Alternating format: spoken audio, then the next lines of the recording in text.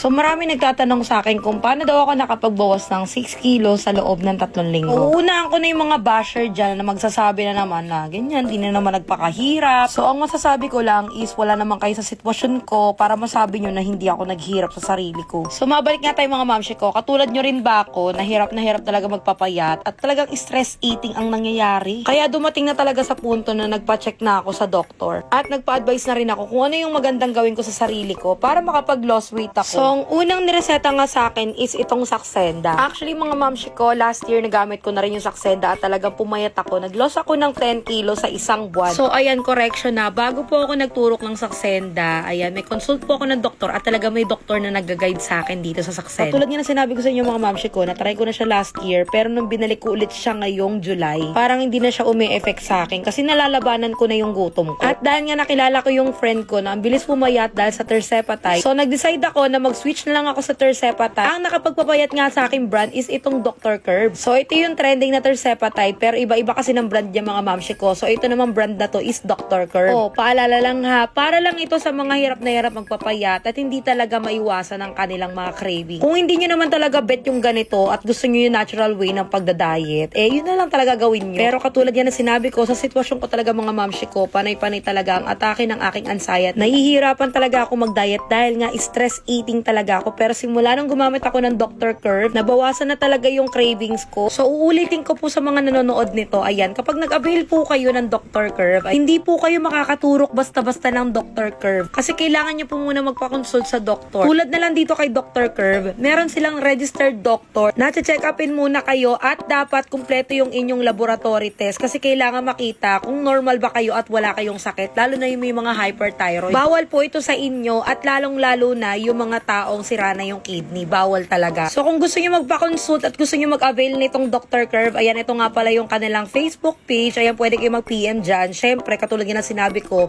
kailangan nyo muna magpa-consult sa doktor bago kayo mag-umpisa ng Tirzepatide nila. So kung mapapansin nyo mga mamshi ko, bagong gawa lang itong Facebook page nila kasi nga kakagawa lang nitong Facebook page at kalalabas lang pala ng brand nila na Dr. Curve. So dati kasi online consult lang talaga. So syempre kung gusto nyo maka-discount mga mamshi ko, yan sabihin nyo lang yung pangalan ko dyan. Kapag ka nag-PM kayo dyan sa Facebook page nila, yan sabihin nyo lang yung name ko na kay Mami Mela nyo napanood itong video na to. Para at least maka-discount kayo ng bongga kapag ka ginamit nyo yung name ko, diba? O bago matapos tong video na to, inuulit ko ha, hindi po ako basta-basta nagtuturok. Kumpleto po ang aking laboratory test at nagpa-consult talaga ako sa doktor. Oo nga pala mga mamshi ko, yung mga matataas ang sugar dyan, perfect na perfect sa kanila tong Tirzepatide kasi nga talagang i-correct yung sugar. So paano mga mamshi ko, hanggang dito na lamang muna aking video. Abangan nyo po yung mga susunod kong vlog, ayan, para ma-share ko sa inyo yung journey ko dito sa Dr. Curve. So yun lang guys, thank you for watching!